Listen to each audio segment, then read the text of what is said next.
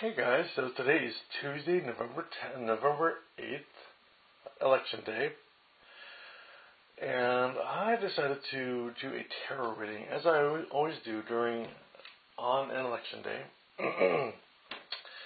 This time I am using my, excuse me, I have not been awake very long, but I am using the Sun Tarot by Chris Butler, which is just badass. There's nothing about this card I dislike. Or deck rather. And, this is my presidential election tarot spread. It's a 3-card spread, well actually 6-card spread, but it's 3 cards for each candidate. The first card represents the likelihood of winning. The second card represents the likelihood of losing the election, and the third card represents the candidate's first 100 days as president. And the first one is actually, they're both extremely telling. The first row, of course, is for the Democratic Party, and I am a socialist, but I would have voted for Bernie Sanders in a heartbeat. In fact, I supported him during the primaries. This card is, usually when the sun comes up, it's about friendship for me, and it's about coming together, really. And I really hope that we can come together after the fact, because I know so many people who dislike both candidates, who would have voted for Bernie Sanders in a heartbeat, and some of them are actually Republican voters. They would have voted for him in a heartbeat, just because they like him, and they're not really Republican. They just usually vote Republican. It's Iowa for some reason. Iowans do that. But they would have easily voted for Bernie Sanders. But this time around, they are either refusing to vote, period, or they are writing in Bernie Sanders' name, or they are voting for Jill Stein, as I did. Because I do know that the Democrats look to see who voted for whom.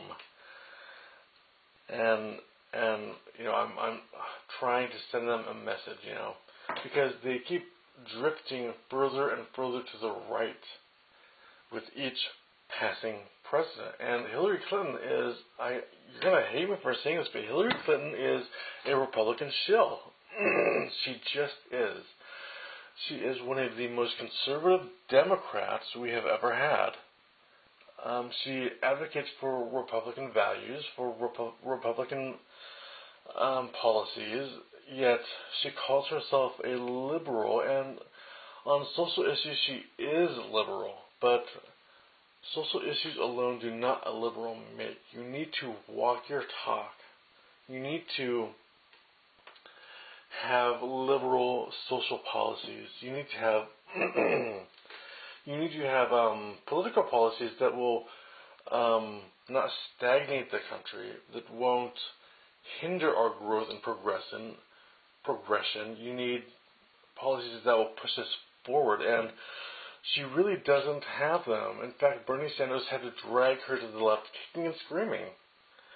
But that's just my rant, my views on the whole issue. I am thoroughly disgusted with how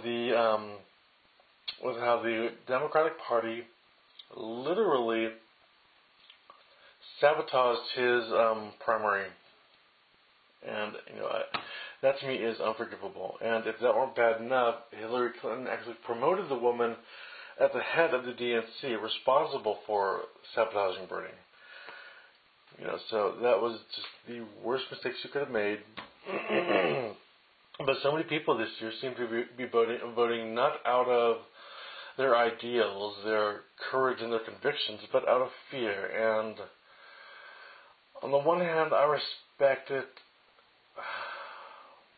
but on the other hand, it's weak sauce, But you probably don't want to hear me ranting on about that. So I will get on with my reading today.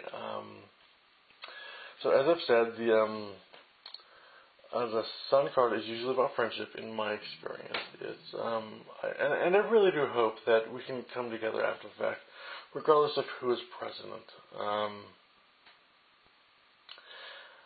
I do worry about both of them being president because their ambitions are extremely conservative. They don't seem to be keeping up with the progressive values of this nation, and that is a deep concern for me.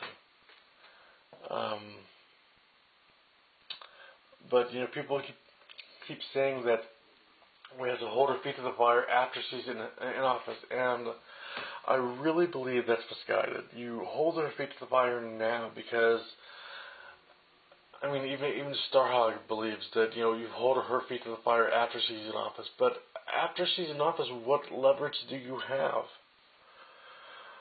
So I really question that view, that logic over the issue. But I digress. Again, I've been passionate about these elections for many, many, many months, years actually, because Bernie Sanders is the first candidate whom I ever caucused for. I believed in him that strongly. But I gotta admit, during the caucus, Hillary's supporters were extremely poor winners. Oh, they rubbed it in our faces that they eked out a victory. And that was just really, really rude. We would not have behaved the same way. And if you didn't know, in Iowa, I don't know who okayed the result of the caucus, but they actually awarded Hillary Clinton all of the toss-up delegates. The problem with that, of course, is that she didn't win all the toss-up delegates. In fact, there is video footage online showing that Bernie Sanders won at least half of the toss-up delegates. In fact, before the counts were even in from every county, the caucus was being called for Hillary Clinton. So you can see that in Iowa, on the very first day, it was being manipulated for Hillary Clinton, and that is extremely troubling. That a party that we have been told to trust would behave with such shady shenanigans, towards people who are casting an earnest vote for the candidate they most believe in. But, moving on, okay, the chances of her winning look pretty good, but I think it's going to be by slim margins myself. That is what my intuition has been telling me the entire time. That it's not going to be a landslide.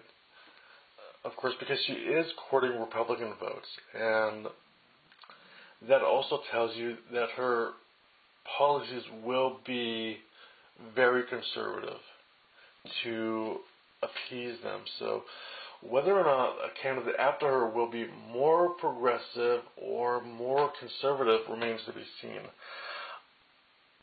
I hope that they are more progressive, but the track record is that once a candidate becomes more conservative, the party shifts in a more conservative direction, and the upcoming candidates become ever more and more conservative, which is an extreme concern to me personally. For the losing card of the election, it's actually defeat, the Ten of Swords, which is, personally, I wouldn't call it a good sign. If you're a Hillary supporter, you would call it a good sign. I do not. But it does mean that she will probably be winning the election.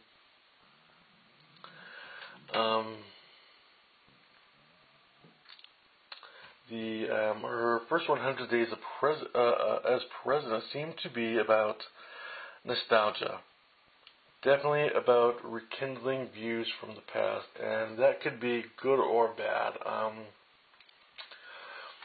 For a while, she has been trying to instigate fears about the Cold War rhetoric of the 1980s by blaming Russia for everything, and she has been trying to drum up fear about the fact that we have nuclear weapons. In the pejorative sense, she has been saying that we have nukes and we will use them on our adversaries if they do so much as hack into our country, which is a really scary thought. She's extremely war hawkish. Her plan to create a no-fly zone over Syria would start a new Cold War, and she doesn't seem to get that, or she does and she just doesn't care. It's extremely troubling to me. Or this card could indicate on the other side with a return to how things used to be, which a lot of people are hoping for. In some ways. In other ways, we want to move forward with progressive values. We want tuition-free college education. We want universal single payer healthcare. When Hillary was in Iowa, she said, "Never ever will we have single payer healthcare in this country if she can help it, if she has any say over the matter whatsoever." One of the trust issues I have with her is, and so many people insist that this is merely Republican propaganda that I am espousing, but it's not. It's just from this election cycle, from having watched what she says carefully, that her positions and policies change on a dime, on the edge of a knife even, depending on who she's talking to or where she is speaking. She might tell one state something and then another state something else entirely, depending on the audience. And that's not fair.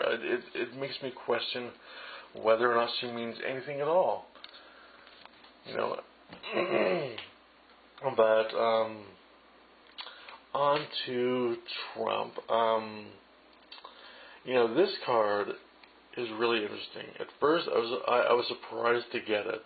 It's the Nine of Pentacles, and this one deals with the luxuries, personal luxuries, and vanity, even how you see yourself. And if you know Trump at all, he's extremely vain, narcissistic even. Yeah, I haven't been awake that long. My tongue is getting tripped today. But I think that he will try to convince himself that he has won the election. This is the Seven of Wands, and it's about defense and fighting, and it's in the lost column, so it looks like he will be fighting or contesting rather the election results. And if that happens, it's probably going to be a close election. The first 100 days of President card, it's really sort of a toss-up card in this column regardless. But it's the Ten of Cups, and I think this is probably more about illusory happiness, really, because the Suit of Cups is so often associated with a water sign, particularly Pisces. And so I think it's really about illusory happiness. People thinking that they'll be happier under Trump, and that may not necessarily be the case. I mean, basically, what the Democrats' platform has been since the end of the primaries is, fear Trump, rather than really explaining why they want to be president, what they bring to the table, what they are offering, what they will do for you. That's not a way to get people excited about voting for you. You need to give them a reason to vote. You need to get to the heart of the matter. I mean, if Clinton had been running this sort of political ads against Wall Street that Elizabeth Warren had been running, I would have voted for Clinton in a heartbeat. But she didn't. She can't. Because that would be offending her donors, her backers, who have essentially bought her. And it's extremely troubling to me.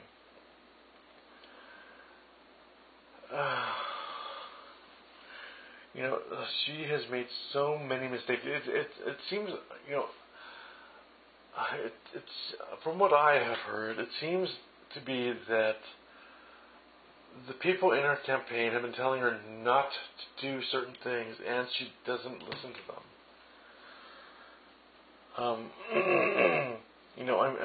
I would have even voted for her if she had selected Bernie Sanders as her running mate. Instead, she chose Tim Kaine, who is more conservative than she is, and from a swing state. So her motivation for choosing him seems to have been a political calculation to win a swing state rather than to unite supporters of her party with supporters of Bernie, and that was an extremely unintelligent thing to do. So that's just my whole little spiel for today, and you don't have to agree with me. That's fine. I don't mind if you don't agree with me. That is your prerogative. We all have our opinions. We all have our values, our views. You can disagree with me. That's absolutely fine. I would prefer if you disagree with me, because God, the world would be so boring if we all had the same opinion on every single little thing. But regardless of what happens, I wish you well now and in the future. I wish you prosperity. I wish you love. I wish you warmth. I wish you food in your belly and a roof over your head, no matter where the winds of change blow you. Have a wonderful day.